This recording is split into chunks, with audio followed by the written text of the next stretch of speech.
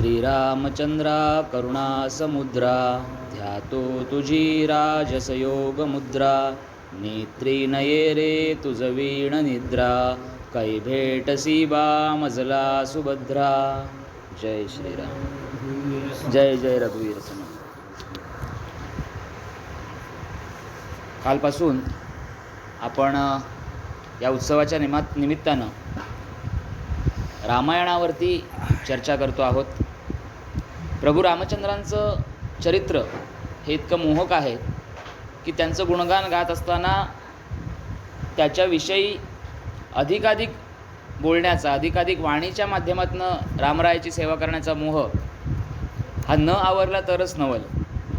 त्यामुळे विस्तार भय असूनही हा मोह न आवरता आल्यामुळे मुख्य विषयसूत्राला सुरुवात करण्यापूर्वी काही एक माहिती आपणासमोर मांडण्याची इच्छा आहे. परंतु हा भाग माझ्यासाठी जरी नवीन असला तरी आपल्यापैकी बऱ्याच जणांनी तो ऐकलाही असेल. पण तरीसुद्धा काही वेळेला पुनरोक्तीचा सुद्धा आनंद असतो. तो आनंद आपण सर्वांनी घेऊया आणि मग आपल्या मुख्य विषय सूत्राकडे आपण येऊया. तर आपण जी रामरक्षा म्हणतो त्याच्यामध्ये चरितम रघुनाथस्य शतकोटी प्रविस्तरम असं म्हटलं आहे. तर हे जे शतकोटी आहेत, शतकोटी श्लोक म्हणजे 100 कोटी श्लोक प्रभू रामचंद्राच्या स्तुतीपर आहेत. तर हे शतकोटीचे जे श्लोक आहेत त्यांचं काय झालं याचं एक छान विवरण वाचायला मिळालं.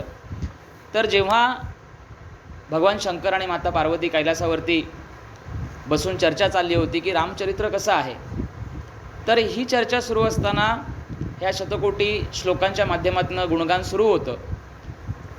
तर त्याच्यामध्ये हे जे श्लोक आहेत ते कोणाकडे असावेत, प्रभू रामचंद्रांची ही जी कथा आहे श्लोकांनी भरलेली ती कोणाकडे असावी याच्यावरनं वाद निर्माण झाला. तर मानव म्हणाले की प्रभू रामचंद्र हा देवाचा अवतार आहे. जरी त्याने मानव रूप धारण केलेलं असलं तरी मुख्य अवतार हा विष्णूंचा आहे आणि त्यामुळे त्याच्यावरती आमचा हक्क आहे. देव म्हणाले की साक्षात विष्णूंचा अवतार असल्यामुळे ते आमच्यापैकी आहेत, त्यामुळे त्याच्यावरती आमचा अधिकार आहे. पाताळातले राक्षस लोक म्हणायला लागले की हे सगळं जरी खरं असलं, म्हणजे मानवाच्या उद्धारासाठी प्रभूंनी अवतार घेतलेला असला, तो तुमच्या देवांपैकी एक जरी असला अंश, तरीसुद्धा त्यांना अवतार घ्यायला प्रवृत्त करणारे कोण आहोत, तर आम्ही आहोत. त्यामुळे या श्लोकांवरती आमचा अधिकार आहे. आणि मग याच्यावरनं तोडगा काय काढायचा, तर असं ठरलं की हे जे 100 कोटी श्लोक आहेत त्याची विभागणी आपण करून घेऊया. मग आता हे 3 गट पडले, त्यामुळे प्रत्येक गटाला 33 कोटी श्लोक मिळाले.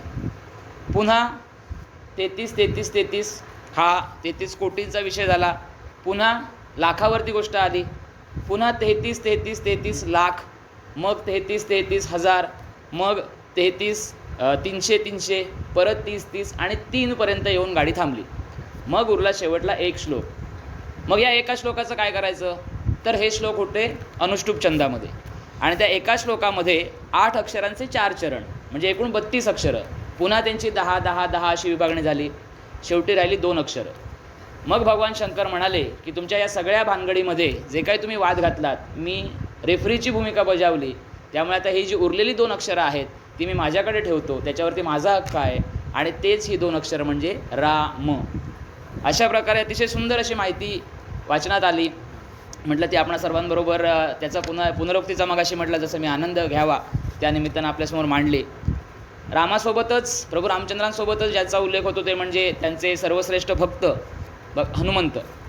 तर काल आपण बघत होतो की रामायणाची अनेक सारी आवृत्त्या आहेत, त्याच्यामध्ये अनेक लोककथा जोडल्या गेलेल्या आहेत. तर त्यातलीच एक लोककथा अशी की आपण हनुमंतांना त्याने ते ब्रह्मचारी होते असं आपण म्हणतो, पण काही लोककथांमध्ये किंवा काही ठिकाणामध्ये त्यांचा विवाह झालेला आहे असं म्हटलं आहे. तर हा विवाह कशासाठी झाला होता, तर मारुती राया हे भगवान सूर्यांचे विद्यार्थी होते आणि सूर्यांनी त्यांना 14 कला आणि 64 विद्या शिकवल्या. उलटं 64 विद्या आणि 14 कला शिकवल्या. तर त्यावेळेला 60पर्यंत शिकवून झाल्या कला आणि आता उरल्या 4. मग आता ह्या 4 कला शिकण्यासाठी आवश्यक होतं की जो कोणी विद्यार्थी ते शिकणार आहे त्याने विवाहित असणं आवश्यक होतं. मग इथे प्रश्न पडला की हनुमंत तर म्हणाले मी तर ब्रह्मचारी आहे आजन्म, मी विवाह कसा करणार. तर मग सूर्यांसमोर हा असा उपाय त्याने शोधून काढला की माझी एक कन्या आहे आणि ती अविवाहित आहे आणि तीही ब्रह्मचारिणी आहे, तर त्यामुळे मी तुमचा विवाह लावून देतो. ब्रह्मचर्य कसं पाळावं ही जबाबदारी तुमची. तुमचा विवाह लावून देतो. तो विवाह लागला आणि मग त्या पद्धतीने उरलेल्या ज्या 4 त्यांना जे शिकायचं होतं त्याने शिकून पूर्ण केलं. आणि अशा प्रकारे मनोजवम मारुतुल्यवेगम जितेंद्रियम बुद्धिमताम वरिष्ठम, ते मग बुद्धिवंत झाले. आणि बऱ्याच वेळेला हनुमान किंवा मारुती आपण म्हटलं की बलाची जी संकल्पना आहे ती आपल्या मनामध्ये येते, पण त्यासोबतच ते त्यांच्याकडे बुद्धीसुद्धा आहे, हुशारीसुद्धा आहे. आणि म्हणून त्यांचंही चरित्र या निमित्ताने आपण पाहणं मोठं रंजक ठरतं की फक्त मारुती बलाची उपासना नाही आहे तर बुद्धीचीही आहे. बुद्धीची ती देवता आपण त्याला मानू शकतो. आणि म्हणून रामचंद्रांचे जे साथीदार आहेत, ज्यांच्या मदतीने त्यांनी रावणाविरुद्धचं युद्ध जिंकलं, तर फक्त जो नेता आहे किंवा जो प्रमुख आहे तो बलशाली श्रेष्ठ असून चालत नाही, तर हा नेता किंवा हा त्यांचा प्रमुख ज्यांच्यावरती कामगिरी सोपवणार आहे तेही त्या पात्रतेचे असावे लागतात. आणि तसे साथीदार, तसे सहचारी प्रभू रामचंद्रांना मिळाले आणि म्हणून अतिशय श्रेष्ठ पद्धतीनं त्यांनी या युद्धामध्ये विजय मिळवला. आता प्रभू रामचंद्रांचं जसं आपण भक्तीच्या मार्गाने जेव्हा त्यांचा आपण विचार करतो त्यावेळेला आपण रामायण किंवा प्रभू रामचंद्र हे देवाचा अवतार आहेत असं आपण म्हणतो, पण त्यासोबतच रामचंद्रांच्या संपूर्ण चरित्राचा जर आपण अभ्यास केला तर त्याच्यामध्ये आपल्याला अनेक बाबींनी आपल्या जे आपण दैनंदिन आयुष्य जगतो आहोत त्यातल्या अनेक विभागांमध्ये सुद्धा आपल्याला त्यांचं मार्गदर्शन मिळतं. तर त्या दृष्टीने रामायणामध्ये असणारी जी काय ज्या पद्धतीने प्रभू रामचंद्रांनी चं वर्तन, एक राजा म्हणून त्यांचं वर्तन कसं होतं आणि त्याने राजशिष्टाचार कसा पाळला आणि एका राजाकडे किंवा एका राज्याच्या प्रमुखाकडे कोणत्या प्रकारची हुशारी असणं आवश्यक आहे आणि कोणत्या वेळी कोणते पत्ते आपले खेळले पाहिजेत याचं जे भान होतं प्रभू रामचंद्रांना एक आदर्श राजा म्हणून, त्याही अंगाने आपण एक दिवस प्रभू रामचंद्रांच्या त्या चरित्राचा अभ्यास करणार आहोत. त्यावेळेला हा विषय आपण घेऊच. पण सांप्रत आपण आजचा आपल्या उत्सवाचा दुसरा दिवस जो आहे, काल आपण पाहिलं की वाल्मिकी ऋषींना कशाप्रकारे त्यांना ब्रह्मदेवांकडनं मार्गदर्शनही मिळालं, आशीर्वादही मिळाला. त्याच्या पुढे काय झालं याविषयीचं विवरण आज आपण पाहणार आहोत. तर खरी कथा जर बघायची झाली तर रामायण ही खरी कथा रावणवधाची आहे. म्हणजे जसं आपण काल बघितलं की शाप आपल्या तोंडून कसा निघाला याविषयी वाल्मिकी ऋषींना प्रश्न पडला. पण शाप वाणी ज्याला आपण म्हणतो, शाप किंवा आशीर्वाद हे कुठल्याही प्रकारचं एक वेगळं त्याच्यामध्ये काही नाही, तर भविष्यामध्ये ज्या घडणाऱ्या गोष्टी आहेत त्या त्यांच्या तोंडून आधीच प्रक्षेपित होतात किंवा प्रगट होतात, कारण त्यांना तेवढी दूरदृष्टी असते की या गोष्टी अशा अशा घडणार आहेत. तर ती सामान्य माणसाकडे ती दृष्टी नसते आणि म्हणून आपल्याला असं वाटतं की त्यांनी शाप दिला म्हणून तसं झालं. शाप दिला म्हणून कुठलीही गोष्ट होत नसते किंवा आशीर्वाद दिला म्हणून कुठली गोष्ट घडत नसते, तर ती गोष्ट सुरुवातीलाच लिहिलेली असते, फक्त तिचं प्राकट्य आधी होतं, इतकाच त्याच्यामधला फरक आहे. आणि म्हणून मानवी मनाला प्रश्न पडतात की आंब्याचा वृक्ष एवढा मोठा आणि त्याला छोटे छोटे आंब्याची फळं, पण कलिंगड एवढं मोठं आणि त्याचे जे झाड आहे ती मात्र वेल, जिला त्याचं भारसुद्धा सहन होणार नाही, अशी विचित्र रचना का? तर याचं उत्तर आपल्याला आपल्या डोक्यात जेव्हा आंबा पडतो तेव्हाच त्याची जाणीव होते की अरे या आंब्याच्या ठिकाणी जर कलिंगड असलं असतं तर आज माझा कपाळमोक्ष निश्चित होता. म्हणजेच ही जी काही रचना केलेली आहे, ज्या ज्या घटना आपल्या आयुष्यामध्ये घडतात किंवा ज्या ज्या घटना आपल्या आजूबाजूला घडत असतात त्याच्या पाठीमागे काही ना काही कारणमीमांसा असते, त्याच्या पाठीमागे काही ना काही एक हेतू दडलेला असतो आणि हे सगळं पूर्वलिखित असतं. जसं लिहिलेलं आहे तशा ह्या गोष्टी घडत असतात, आपण मात्र त्याला निमित्त मात्र ठरत असतो आणि हे आपण सर्वांनी लक्षात घेतलं पाहिजे. आणि त्यामुळे रावणवधाची कथा म्हणजे रावणवध हा होणारच होता आणि म्हणून रामायण घडलं.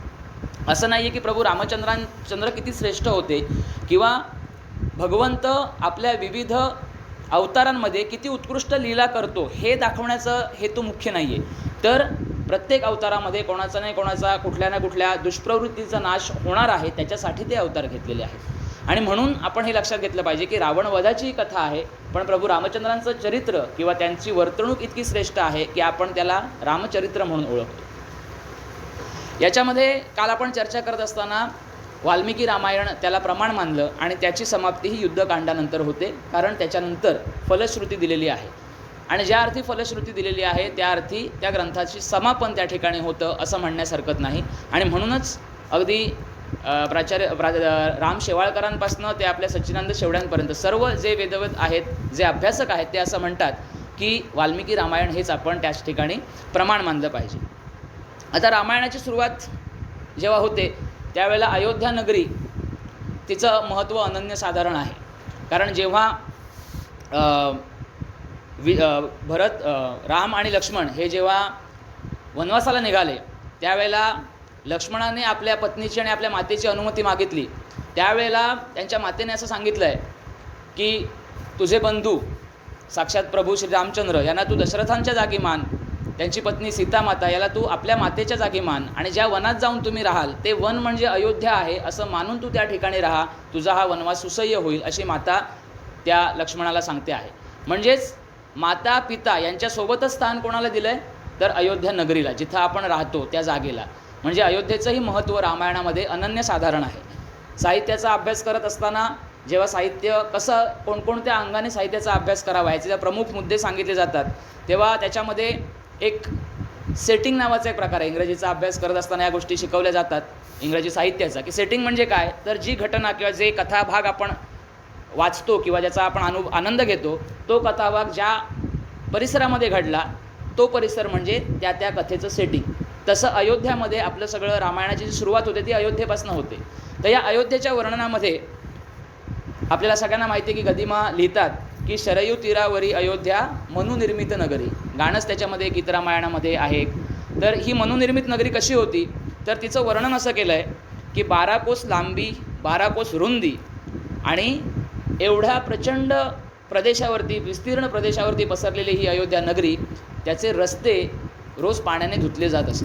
असं वर्णन रामायणामध्ये वाल्मिकी ऋषी करतात की एवढे मोठाले रस्ते पाण्याने धुण्या एवढी संपन्नता अयोध्येमध्ये होती. आपण काल रामराज्याचा अगदी हलकासा उल्लेख करून पुढं गेलो तर रामराज्यामध्ये काय होतं तर हे होतं. आज परिस्थिती अशी आहे की 1 लिटरभर पाणीसुद्धा विकत घ्यायचं झालं तर आपल्याला 15-20 रुपये मोजावे लागतात. अशी परिस्थिती मानवाने आपल्या कृतीतनंच आणून ठेवलेली आहे. परंतु त्या काळामध्ये इतकी संपन्नता होती कारण निसर्गाला धरून चालणारा समाज होता. निसर्गाला सर्वश्रेष्ठ मानणारी मानवाची त्यावेळची प्रज्ञा होती. आज मात्र आपण विज्ञानाच्या सहाय्याने म्हणा किंवा आपल्या अहंकारातून म्हणा कुठेतरी निसर्गाला कमी लेखतो आहोत आणि निसर्गापेक्षा मानव श्रेष्ठ कसा आहे हे नेहमी आपण सिद्ध करण्याच्या मागे लागलो आहोत. आणि म्हणून जेव्हा आपल्याला अशी वर्णनं वाचायला मिळतात की एवढे मोठे विस्तीर्ण रस्ते हे पाण्याने रोजच्या रोज धुतले जात, तर ती किती संपन्नता त्यावेळेला होती याचा थोडासा अंदाज जर आपल्याला यायचा असेल तर आपण या वर्णनाचा विचार करू शकतो. त्याच्यासोबतच रस्त्यांवरती रांगोळ्या काढल्या जात असत, रस्त्यावरती मोत्यांची उधळण केली जात असे असं वर्णन त्या ठिकाणी आहे. म्हणजे मोत्यांची उधळण ही गोष्ट काय दर्शवते तर ते राज्य आर्थिकदृष्ट्या किती संपन्न होतं. कारण ही संपन्नता असल्याशिवाय रस्त्यावरती मोती उधळणं म्हणजे त्या राजवाड्यातला जो कोणी दूत असेल किंवा जो कोणी प्रतिनिधी असेल तो दररोज त्या रस्त्यांवरती मोत्यांची उधळण करत असे असं वर्णन आढळतं. याचा अर्थ आर्थिकदृष्ट्या संपन्नता त्या राज्यामध्ये होती कारण सगळी प्रजा सुखी होती. कारण दशरथ राजा हा आदर्श राजा होता आणि प्रजेवरती त्याचं पुत्रवत प्रेम होतं की आपल्या नगरामध्ये किंवा आपण ज्या ठिकाणी राज्य करतो आहोत तिथे कोणीही दुःखी कष्टी असू नये या एका भावनेनं राज्य करणारे राज्यकर्ते त्या काळामध्ये अस्तित्वात होते. आता आपण पाहतो आहोत सांप्रत समयी जी युद्धजन्य परिस्थिती सुरू आहे या परिस्थितीमध्ये शत्रू राष्ट्राच्या सामरिक जे ताकदीचे जे केंद्र आहे त्या ठिकाणी हल्ला करण्याबरोबरच जिथून पाण्याची रसद शत्रूला पुरवली जाते त्या पाण्याच्या साठ्यांवरती आजकाल हल्ले केले जात आहेत. म्हणजे पाणी किती महत्त्वाचं आहे याची जाणीव आपल्याला आज होते. आणि अशा पाण्याने त्यावेळी रस्ते धुतले जात असत. याचाच अर्थ त्यावेळेला जसं मानवी आयुष्य संपन्न होतं तसा निसर्गसुद्धा संपन्न होता. ही गोष्ट या ठिकाणी आपल्याला अधोरेखित करायची आहे. कारण पर्यावरणाचा जो विचार आजकाल केला जातो तो आधुनिक जगाला आज करावासा वाटतोय कारण त्याचे सगळे दुष्परिणाम त्याच्यासमोर उभे आहेत आधुनिक मानवाच्या समोर. पण हा विचार आपल्या पूर्वजांनी रामायण काळामध्ये केला होता. का? कारण आम्ही जर एवढी संपन्नता दाखवू शकतो याचाच अर्थ आम्ही निसर्गाची तेवढी काळजीसुद्धा घेत होतो. मग आज आपल्यावरती ही वेळ का आली आहे? कारण आपण आपलं जे मूळ आहे ते विसरत चाललो आहोत. जी शिकवण आपल्या ग्रंथांनी आपल्या संस्कृतीने आपल्याला दिलेली आहे त्या शिकवणीपासून आपण कुठेतरी दूर जातो आहोत आणि म्हणून आपण निसर्गाला विमुख होऊन जी मार्गक्रमण करतोय ते निश्चितच विनाशाकडे जाणारं आहे. म्हणजे रामायण आपल्याला याही बाजूने शिकवतं की निसर्ग हाही आपल्या दृष्टीने महत्त्वाचा आहे आणि निसर्गाचं संवर्धन ही आपली जबाबदारी आहे. हे रामायणामधनं आपल्याला पाहायला मिळतं. म्हणजे असं नाही आहे की रामायण फक्त आपल्याला रामावरची भक्ती शिकवतं किंवा प्रभू रामचंद्रांचं त्याच्यामध्ये स्तुती वर्णन गान केलेलं आहे. तर जेव्हा जेव्हा आपण अधिक खोलात जाऊन या गोष्टींचा विचार करतो, म्हणून मी मगाशी असं म्हटलं की आपल्या आयुष्याच्या प्रत्येक क्षेत्रामध्ये, ज्याला ऑल वॉक्स ऑफ लाईफ असं आपण इंग्रजीमध्ये एक त्याला टर्म आहे, की आपल्या आयुष्याच्या प्रत्येक क्षेत्राशी निगडीत काही ना काहीतरी मार्गदर्शक तत्व रामायणामध्ये आपल्याला आढळतं. पण त्याच्यासाठी त्या दृष्टीने रामायणाकडे पाहण्याची आवश्यकता मात्र निश्चित आहे. आता ही झाली नगराची रचना. आता नगराची व्यवस्था कशी होती एकंदरीत, तर सर्वप्रथम जागोजागी वेशी होत्या, त्यानंतर कमानी, नगराचं सुशोभीकरण करण्यासाठी कमानी होत्या, रस्ते प्रशस्त होते. जे लोक बाहेरून नगराला भेट द्यायचे, बाहेरून यायचे, त्यांच्यावरती वेशीवरतीच नगराच्या वेशीवरतीच त्यांच्यावरती कर बसवला जात, म्हणजे टॅक्स, ज्याला आपण रोड टॅक्स म्हणतो किंवा टोल म्हणतो, त्याची पद्धत त्याही काळामध्ये होती. तसंच कोणत्याही आगंतुक जो माणूस असेल, बाहेरनं येणारा जो माणूस असेल, त्याची पूर्ण चौकशी केल्याशिवाय त्याला नगरामध्ये प्रवेश नव्हता, प्रवेश निषिद्ध होता. म्हणजे सुरक्षितेच्या दृष्टीने सुद्धा किती सूक्ष्म विचार त्या काळामध्ये होता याचा आपल्याला अनुभूती यातनं येते. त्यानंतर भक्कम तटबंदी होती नगराला, जेणेकरून कुठल्याही प्रकारचा परकीय आक्रमण जर नगरावरती झालं तर सर्वप्रथम सुरक्षित काय असायला पाहिजे, तर त्या नगरातली जनता. आणि म्हणूनच ही भक्कम तटबंदी त्याने चारी बाजूने त्याला वेढलेलं होतं. आणि नगराची प्रत्यक्ष रचना कशी होती स्थापत्यशास्त्राच्या दृष्टीने, तर नगरात सगळ्यात उंच कुठली इमारत जर असेल, सगळ्यात उंच जे काही बांधकाम असेल ते असायचं मंदिर.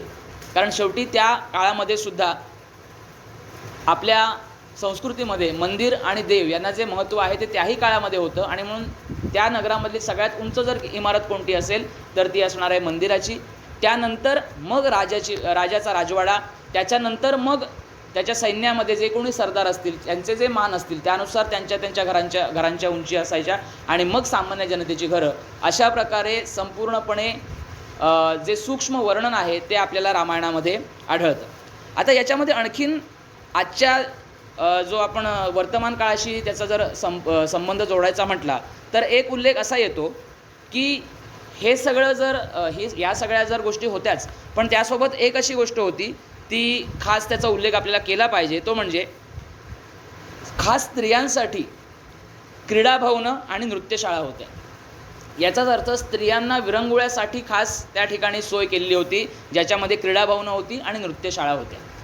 आता हे वर्णन जेव्हा वाचत आपण ह्या वर्णनापर्यंत येतो त्यावेळेला काहीतरी आपल्याला हे खटकलं पाहिजे किंवा काहीतरी वेगळं वाटलं पाहिजे की आजच्या काळामध्ये जेव्हा स्त्रीवादाचा उदय झालेला आहे, स्त्रियांविषयीचे जे प्रश्न आहेत ते हिरिरीने मांडले जात आहेत, आणि साधारणपणे जेव्हा इंग्रजांनी आपल्या देशावरती जेव्हा आक्रमण केलं आणि आपली इथली संपूर्ण व्यवस्था नष्ट केली, त्यावेळेला त्यांनी एक आपल्या मनावरती बिंबवलं आणि अतिशय बेमालूमपणे आपण ते आपल्याला खरं वाटायला लागलं की आपल्या संस्कृतीमध्ये, आपली संस्कृती जी आहे ती पितृसत्ताक संस्कृती होती आणि या संस्कृतीमध्ये स्त्रियांना महत्त्व दिलं जात नव्हतं किंवा स्त्रिया ह्या दुय्यम मानल्या जात होत्या. आणि अशा प्रकारे नेहमीच भारतीय संस्कृती ही संस्कृती तिला म्हणता येत नाही. आपण भारतीय लोक कसे रानटी आहोत, आपला जो काही इतिहास आहे तो याच पद्धतीच्या असमानतेने भरलेला आहे, अशा प्रकारे आपल्या मनांवरती बिंबवलं गेलं इंग्रजांकडून. मग जर असं असेल आणि आपली संस्कृती जर प्रगत नव्हती किंवा आपल्या संस्कृतीमध्ये स्त्रियांना समानतेनं वागणूक जर दिली जात नव्हती, तर रामायण काळामध्ये खास स्त्रियांसाठी या ज्या नृत्यशाळा आणि ही जी क्रीडा भवनं होती ती कुठून आली. याचा अर्थ स्त्रियांना स्वतःचं वेगळं असं स्वतंत्र अस्तित्व आहे, स्त्रियांना स्वतःचा असा वेगळा वेळ आहे, त्यांची वेगळी एक स्पेस आहे आणि ते स्वातंत्र्य उपभोगण्याचा त्यांना पूर्ण हक्क आहे. या जाणीवेतनंच या पद्धतीची क्रीडा भवनं असतील किंवा नृत्यशाळा असतील त्या अस्तित्वात आल्या असणार. हे समजून घेण्यासाठी आपल्याला कोणा वेगळ्या अजून विद्वानाची आवश्यकता नाही. याचा अर्थ पूर्वीच्या काळामध्ये, प्राचीन काळामध्ये आपल्याही समाजामध्ये स्त्रियांना सन्मानाचं स्थान होतं, हे आपण सर्वांनी नेहमीच लक्षात घेतलं पाहिजे. आणि म्हणून जे प्रमाण आहे ते प्रमाणाचा जो पुरावा आहे तो आपण का नेहमी संदर्भासाठी वापरावा, तर तिथे आपल्याला खरी त्यावेळची सामाजिक परिस्थिती कशी होती, लोकांची आर्थिक परिस्थिती कशी होती, राजकीय परिस्थिती कशी होती, या संदर्भाने संपूर्ण जे ज्ञान आहे ते आपल्याला या मुख्य ज्याला आपण प्रमाण मानणार आहोत अशा ग्रंथांच्या वाचनातनं आणि अभ्यासातनं मिळतं. आणि म्हणून या प्रकारचे ग्रंथ आपण वाचले पाहिजे, त्यांचा अभ्यास केला पाहिजे, त्याच्यावरती अधिकाधिक विचार केला पाहिजे.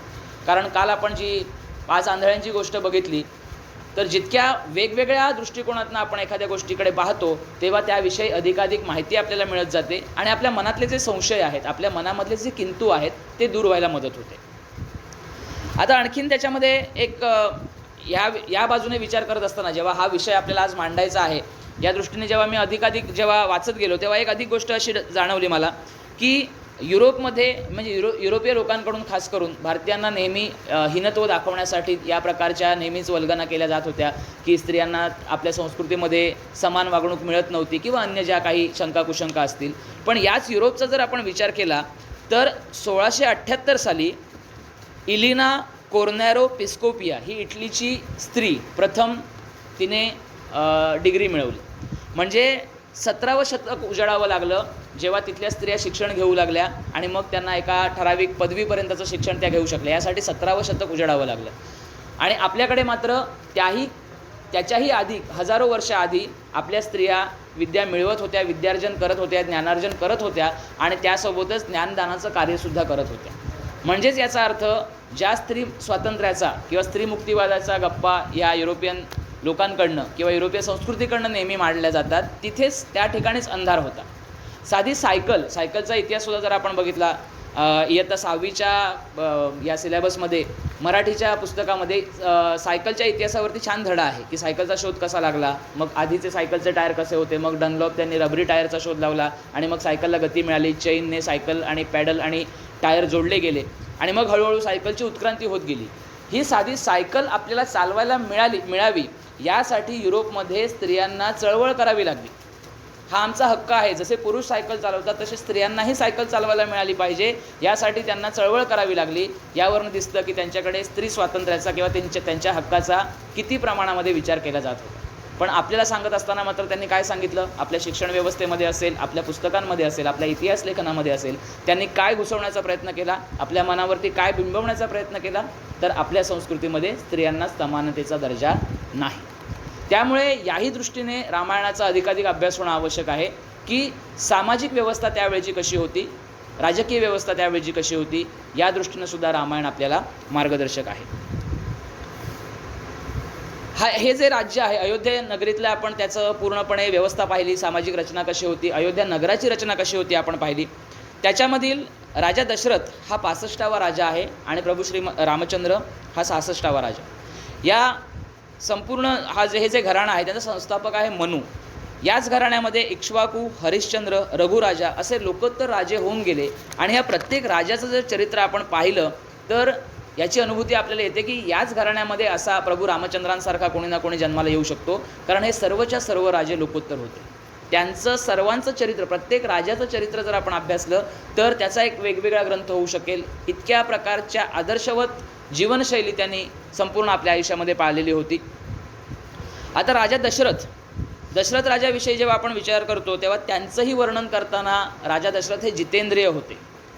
समर्थ रामदासांनी शिवाजी महाराजांच्या बाबतीमध्ये जी श्रीमान योगी ही जी संकल्पना वापरली ती तंतोतंत दशरथ राजाला लागू होते. जसं ईशावास्योपनिषदात म्हटलेलं आहे की केन तक्तेन भुंजिता, याचा अर्थ काय, तर त्यागपूर्व उपभोग. याच्या पाठीमागे भावना काय असायला पाहिजे, भलेही मी राजा असेल पण राजा हे माझ्यावरचं दायित्व आहे आणि राजा असल्यामुळे ज्या मला काही विशेष सोयीसुविधा उपलब्ध आहेत त्या मी त्यागाच्या भावनेनं त्यांचा उपभोग घेतला पाहिजे. म्हणजे कुठे त्याच्यापासून मी पूर्णपणे अलिप्त असायला पाहिजे. हे माझं कर्तव्य आहे की मी या गादीवरती बसतोय, या गादीवरती बसणं हा माझा हक्क नाही आहे, तर माझ्या प्रजेचं हित कशामध्ये आहे याचा विचार करून जबाबदारीनं राज्यकारभार चालवणं हा माझा धर्म आहे, याची जाणीव असणं, याचाच अर्थ त्यागपूर्व उपभोग. दशरथ राजा सर्वच बाबतीमध्ये आदर्शवत होता. राजा म्हणून तर आदर्शवत होताच, एक माणूस म्हणून तो आदर्शवत होताच, परंतु त्याच्यामध्ये थोडासा आपण जर विचार केला तर एकच गोष्ट खटकण्यासारखी किंवा ज्याचा आपण विचार करू शकतो की असं का व्हावं दशरथ राजाच्या बाबतीमध्ये, असा एक गोष्ट त्याच्यामध्ये आपल्याला अशी आढळते, ती म्हणजे त्याच्यामधला दोष असं आपण म्हणू शकणार नाही, काहीतरी एक न्यून होतं की दशरथ राजाच्या स्वभावामध्ये थोडासा उतावळेपणा होता. या उतावळेपणाचे संदर्भ आपल्याला पुढे विवरणामध्ये येणारच आहे. आता उतावळेपणा कसा, तर आता उतावळेपणाचा उल्लेख झाला आहे म्हणून बघूया. जेव्हा विश्वामित्र ऋषी आलेले आहेत दशरथ राजाकडे कोणतीही वर्दी न देता, कोणतीही पूर्वसूचना न देता ते आलेले आहेत. दशरथ राजांनी यथासांग त्यांचं स्वागत केलं आहे, पूजन केलं आहे. आणि विश्वामित्र स्वतःहून काही बोलण्याच्या अगोदरच दशरथ राजा उतावळेपणे असं म्हणत आहेत की ऋषीवर तुमचं जे काही मनोदय तुमचा आहे, मानस जो आहे तो सांगा, मी ते पूर्ण करण्याचा प्रयत्न करेन. माझ्यावरती जी जबाबदारी तुम्ही सोपवणार आहात ती जबाबदारी पूर्ण करण्याचा मी प्रयत्न करेन. म्हणजे विश्वामित्र बोलायच्या आधीच दशरथ राजा स्वतःहून शब्द देऊन बसला आहे की तुम्ही जे सांगाल ते पूर्ण करण्याची जबाबदारी माझी. आणि मग विश्वामित्र ऋषीही बोलायला सुरुवात करतात की मी कोणत्या उद्देशाने तुमच्याकडे आलेलो आहे. तर सुबाहू आणि मारीच हे 2 राक्षस जे आहेत ते माझ्या यज्ञकर्मामध्ये मला अडथळा निर्माण करत आहेत आणि त्यांचा विनाश मी करू शकत नाही आहे. का? तर त्याच्याही पाठीमागे कारण आहे. कारण मी स्वतः तो यज्ञ करतो, याचा अर्थ मी दीक्षित आहे, म्हणजे मी दीक्षा घेतलेली आहे. आणि यज्ञकर्म करण्यावेळेला जेव्हा आपण शुचिर्भूत होतो त्यावेळेला ती भूमिका सोडून अन्य कोणतंही कार्य आपण करू शकत नाही. आणि जर या राक्षसांचा निपात करायचा असेल तर हाती शस्त्र घ्यावं लागेल. मग जो दीक्षित आहे तो हाती शस्त्र कसा घेणार? आणि त्यामुळे मला कोणीतरी असा तोलामोलाचा पुरुष पाहिजे की जो माझ्या या संपूर्ण यज्ञकर्मामध्ये कोणतीही बाधा न येता यशस्वीरित्या मी माझे यज्ञकर्म पूर्ण करू शकेन. या दृष्टीने मला संरक्षण पुरवणारा असा एक मला पुरुष हवा आहे. आणि त्याच्यासाठी मी रामाला नेण्याकरिता आलो आहे. रामाला तू माझ्यासोबत पाठवावंस अशी माझी इच्छा आहे, असं विश्वामित्र दशरथाला सांगतात. विश्वामित्रांनी काय सांगितलं आहे? मी कोणाला न्यायला आलो आहे? रामाला माझ्यासोबत न्यायला आलेलो आहे. हे वाक्य ऐकल्याच्या नंतर रामाला नेणार, आणि ते सुद्धा कशासाठी? तर हे जे सुबाहू किंवा मारीच हे अतिशय क्रूर असे जे राक्षस आहेत त्यांच्या विरुद्ध लढण्यासाठी. या फक्त संकल्पनेनंच दशरथ राजा एवढा भांबावून गेला आहे की दशरथ राजा म्हणतो की नका, माझ्या रामलक्ष्मणाला तुम्ही घेऊन जाऊ नका. शब्द असे आहेत की माझ्या रामलक्ष्मणाला घेऊन जाऊ नका. आता विश्वामित्रांनी कोणाला नेण्याबद्दल वार्ता केली आहे? रामाला. पण भावनेच्या भरामध्ये, भांबावलेपणामुळे किंवा त्या उतावळेपणामुळे दशरथ राजा म्हणतोय की रामलक्ष्मणाला घेऊन जाऊ नका. आता याच्यामध्ये उतावळेपणा आहेच, पण त्यासोबतच अजून एक थोडीशी सूक्ष्मात जाऊन विचार करण्यासारखी गोष्ट अशी आहे की राम आणि लक्ष्मण या 2 बंधूंमध्ये, 2 वेगवेगळ्या मातांचे पुत्र आहेत, या 2 बंधूंमध्ये प्रेम इतकं आहे की एकट्या रामाचा उल्लेख राजवाड्यातल्या कोणालाही माहीतच नाही आहे. एकट्या लक्ष्मणाचा उल्लेख कोणालाही माहीतच नाही आहे. राम म्हटलं की लक्ष्मण धावत येतोय, लक्ष्मण म्हटलं की त्याच्या पाठोपाठ राम येतोच आहे.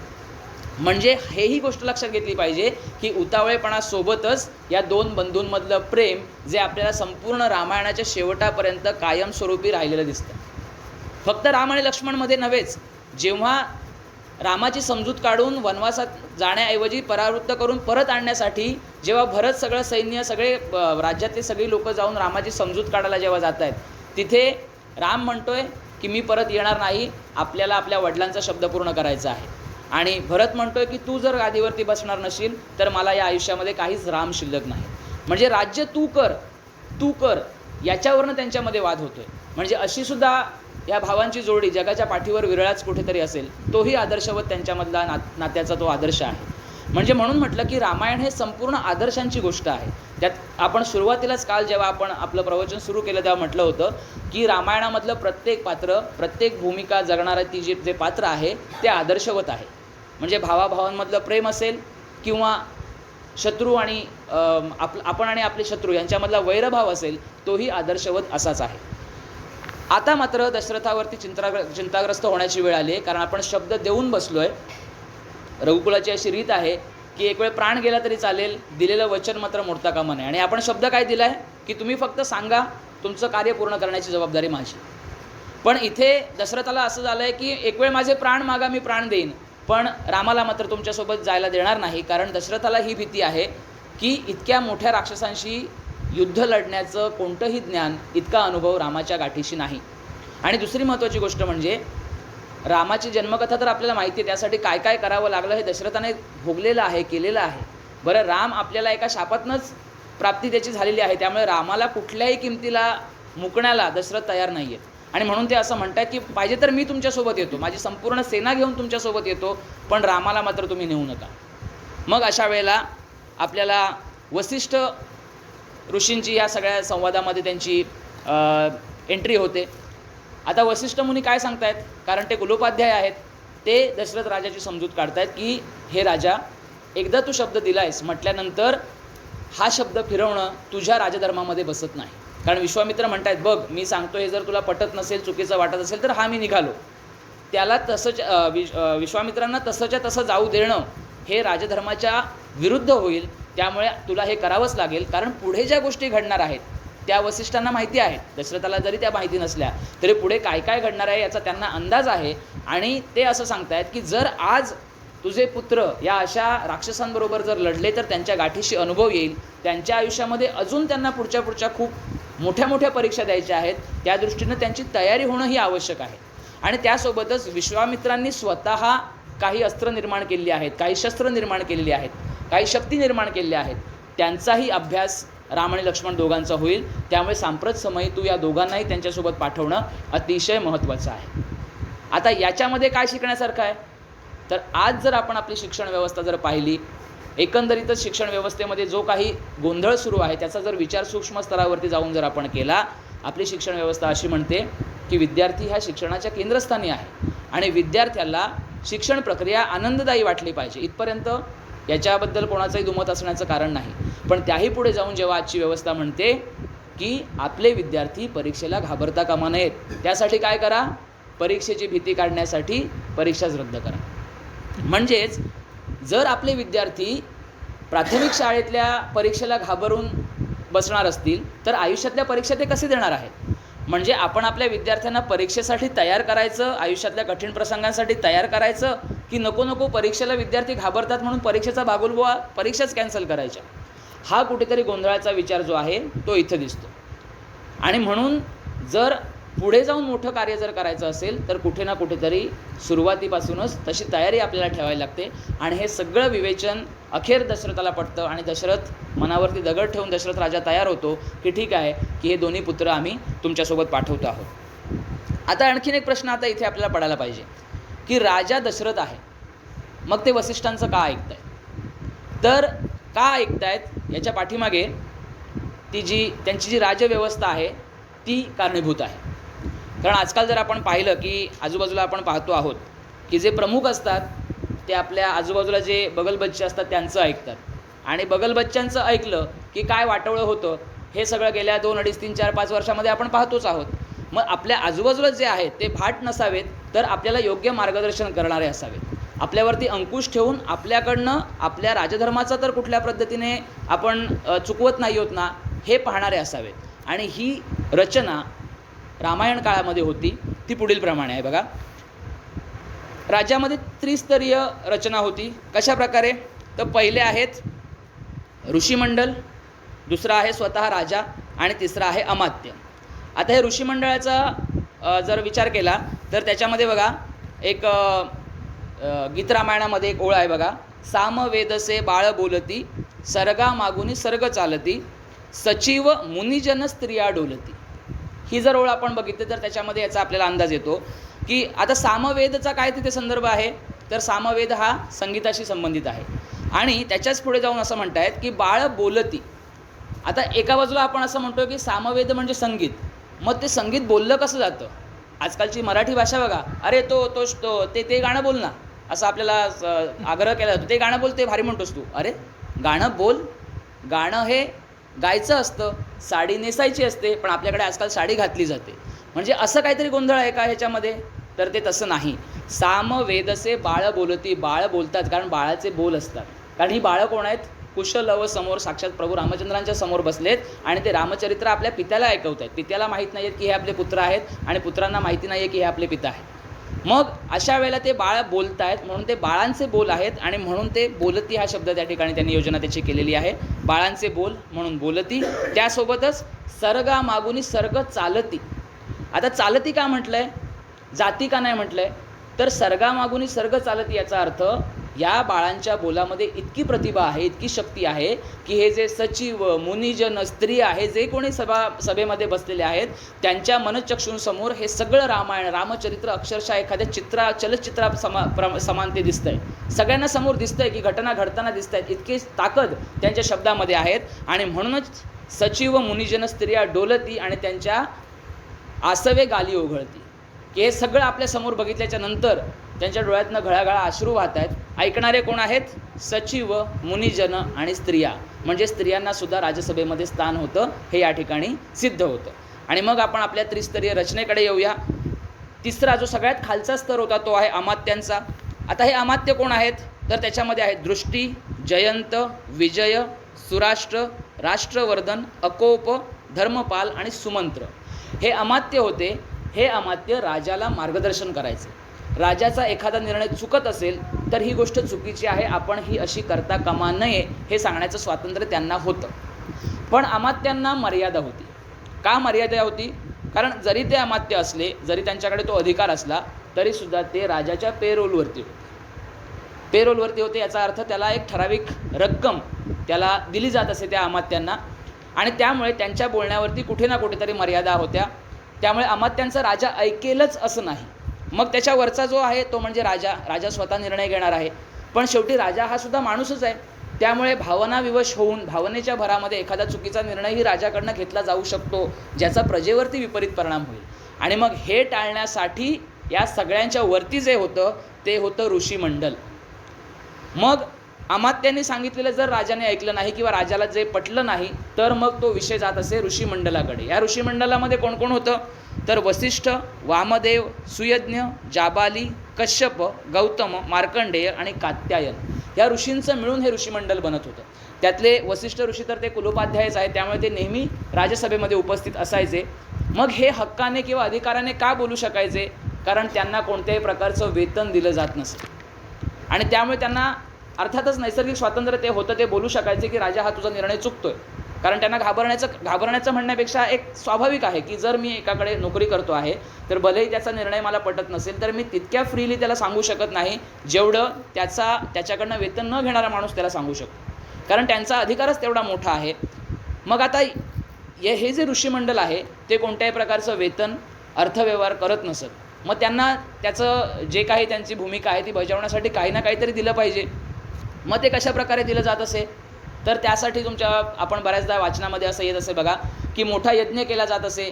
मग त्याच्यामध्ये राजा काही ना काही दानधर्म करत असे. त्यांच्या यज्ञासाठी, त्यांच्या आश्रमासाठी, त्यांच्या विद्यार्थ्यांसाठी, विद्यार्थ्यांना जे काही विद्या अर्जन चाललेलं असायचं ते पूर्णपणे मोफत असायचं. यासाठी राजकोषातनं काही एक रक्कम खर्ची पाडली जात असायची किंवा राजा स्वतः एखाद्या यज्ञाचं आयोजन करायचं. मग यज्ञाला पुरोहित म्हणून जेव्हा हे ऋषीमुनी येत असत तेव्हा दक्षिणा दिली जात असे. मग दक्षिणेला नकार द्यायचा नसतो हे त्या यज्ञ पूर्ण करणाऱ्या व्यक्तीलाही माहिती असे आणि यजमानालाही माहिती असे. म्हणजेच दोन्हीही तेवढ्याच तोलामोलाचे लोक आहेत. त्यांनाही माहिती आहे की आपली भूमिका काय आहे, यजमानांनाही माहिती आहे आपली भूमिका काय आहे. मग अशा मार्गाने, या मार्गाने नसेल तर त्या मार्गाने ह्या ऋषीमुनींना त्यांचा मोबदला परतावा दिला जात असे. पण हा परतावा कुठेही ऋषींच्या वैयक्तिक आयुष्यासाठी वापरला जात नसे, तर ज्ञानदानाचं जे पवित्र कार्य आहे त्याच्यामध्येच त्याचा विनियोग होत असे. त्यामुळे देणाराही विश्वासाने देत असे आणि घेणाराही विश्वासाने घेत असे. आणि आजच्या या आपल्या सांप्रत समयी किंवा या वर्तमान काळामध्ये ही गोष्ट खरोखरच आचरणात आणण्यासारखी आहे की जेव्हा मी एखादा रुपया कुठेतरी दानधर्म म्हणून करतो किंवा कुठल्या तरी सामाजिक कार्यामध्ये जेव्हा मी एक रुपया जेव्हा मी गुंतवतो. आपल्या माजी पंतप्रधानांचं वाक्य सगळ्यांना माहिती असेलच की चर्चा करत असताना ते सांगायचे की केंद्रातनं मी 1 रुपया सोडतो, पण जेव्हा तो त्या जिथे गरज आहे त्या ठिकाणी जेव्हा तो पोचतो, दुसऱ्या राज्यामध्ये पोचतो, तेव्हा तो 17 पैशांपर्यंत खाली आलेला असतो. मग जर निघताना 100 पैसे आहेत तर ते घासत जाऊन 17 पैशापर्यंत शिल्लक राहत होते. याचा अर्थ मधल्या ह्या ज्या 83-83 पैशांचा जो काही हिशोब आहे तो हिशोब लागत नाही. ही आपली व्यवस्था आधुनिक काळामधली आहे. पण तिथे मात्र कोणत्याही प्रकारचा अपहार हा त्याज्य होत्या. कारण आपण कुठल्या काळातली गोष्ट आपण पाहतो आहोत? रामराज्याच्या काळातली, रामायणाच्या काळातली. आणि म्हणून ऋषीमंडल, राजा आणि अमात्य ही त्रिस्तरीय रचना त्या ठिकाणी होती. अमात्यांपैकी कोणाचं जर राजाने ऐकलं नाही तर ऋषीमंडळ त्या ठिकाणी सक्षम होतं की राजाला हे ते निक्षून सांगायचे की हा निर्णय चुकतो आहे. आणि यावेळेला ही भूमिका कोणी बजावली? तर वसिष्ठांनी, की तू जर शब्द दिलायस तर तो शब्द पाळणं हा तुझा राजधर्म आहे. आता मात्र तू तो शब्द फिरवू शकत नाहीस. म्हणजे आजच्या आपल्या संपूर्ण आपण चर्चा आपण जी केली त्याच्यामध्ये आपण पाहिलं की रामायण हे फक्त रामाचं गुणगौरव करणारी गाथा किंवा रामाप्रती भक्ती दर्शवण्यासाठी केलेली रचना नाही आहे, तर आपल्या आधुनिक जीवनातल्या प्रत्येक जीवनाच्या प्रत्येक भागामध्ये, मग ते राजकारण असेल, समाजकारण असेल, अर्थकारण असेल, कोणत्याही प्रकारचं आपण जर बघितलं आपल्या आयुष्याचा भाग, तर त्याच्यामध्ये शिकण्यासारखं रामायणामध्ये निश्चित काहीतरी आहे. फक्त त्याच्यासाठी ती दृष्टी आपल्याला विकसित करावी लागेल. आणि ही दृष्टी कशी विकसित होईल? तर निश्चितच ही दृष्टी आपल्याला अभ्यासातनं निर्माण होईल. आणि म्हणून आपण काल बघितलं की अभ्यास ह्या शब्दाचा अर्थच मुळी तो आहे की एखादी गोष्ट पुन्हा पुन्हा पुन्हा पुन्हा करत राहणे म्हणजेच अभ्यास. मग काल मी जेव्हा म्हटलं की माहीत असलेल्या गोष्टीच मी तुम्हाला सांगणार आहे, ज्या आपण ऐकलेल्या आहेत त्याच मी तुम्हाला सांगणार आहे, त्या का सांगायच्या आहेत की कुठे ना कुठेतरी त्याचं विस्मरण होऊन आपलं जे मूळ आहे त्यापासून आपण भरकटू नये. कुठल्याही प्रकारचा संभ्रम, कुठल्याही प्रकारचा किंतु परंतु आपल्या मनामध्ये शिल्लक राहू नये. आणि आपण ज्याला आदर्श मानलेला आहे ती खरोखरच आदर्शवतच व्यक्ती, आदर्शवतच ती भूमिका आहे, हे ठामपणे आपल्या मनाला माहिती असावं. याच्यासाठी हा अभ्यास करायचा. जाता जाता एवढंच सांगेन की बाहेरनं होणारे जे काही हल्ले आहेत, बाहेरनं होणारे जे काही ज्या काही गोष्टी बाहेरनं आपल्यावरती थोपवल्या जातात, त्यांचा लोंढा प्रचंड मोठा आहे. भांबावून जाण्यासारखे असंख्य प्रसंग आपल्या आयुष्यामध्ये इथून पुढे येणार आहेत आणि ते वाढत जाणार आहेत. मग ही युद्धजन्य हा समरप्रसंगच आहे. आपल्या मनामध्येच हा संग्राम सुरू आहे की काय खरं, मी आजपर्यंत ऐकलेलं ते खरं की माझ्यासमोर जे मांडलं जाते ते खरं. याच्यामध्ये जर आपल्या मतांशी, आपल्या विचारांशी आणि आपल्या अभ्यासाशी जर आपण पक्के असू, तर कुठल्याही प्रकारचं संभ्रम, कुठल्याही प्रकारचा किंतु परंतु निश्चितपणे त्याच्यावरती मात करून आपण पुढे जाऊ शकतो. कारण अभ्यासक असं म्हणतात की मुळामध्ये हे जे आहे हे योग्य आहे, हा विश्वास आपल्या मनामध्ये जर असेल तरच आपण चर्चेला सिद्ध होतो. जर आपल्या मनामध्ये थोडा जरी संशय असेल तर आपण त्या संशयामध्ये गुरफटतो आणि आपण पुढे जाण्याच्या ऐवजी मागं जातो. कारण आपल्याला ज्या संकल्पना आपल्या मनामध्ये ठाम आहेत त्यांना हादरा एकदा बसायला लागला की आपलं कुठेतरी चुकतंय की काय, इतक्या पिढ्या आपल्याला जे शिकवलं गेलं, आपल्या मनावरती जे बिंबवलं गेलं, संस्कार म्हणून जे आपल्याला दिलं गेलं, ते कुठेतरी चुकीचं होतं की काय, अशा प्रकारचा किंतु मनामध्ये निर्माण होतो आणि तिथूनच अधोगतीला सुरुवात होते. आणि म्हणूनच आपल्या सर्वांची ही जबाबदारी आहे, आपल्या सर्वांचं हे कर्तव्य आहे, आपला धर्म आहे की आपण हा अभ्यास असाच अखंड सुरू ठेवला पाहिजे. तरच अशा प्रकारच्या नवनवीन गोष्टी आपल्याला नवनवीन दृष्टिकोनाच्या माध्यमातून शिकायला मिळू शकतात आणि अनुभवायला मिळू शकतात. आज या आपल्या उत्सवाचा दुसरा दिवस आहे. आज आपण आपल्या प्रवचन सेवेला इथे विराम देतो आहोत. सर्वांनी श्लोक म्हणूया आणि आपण या ठिकाणी वाणीला मी माझ्या विराम देतो. उपासनेला दृढ चाल व्हावे, भूदेव संतांसी सदा भजावे, सत्कर्मयोगे वय घालवावे, सर्वामुखी मंगल बोलवावे. जय जय रघुवीर समर्थ.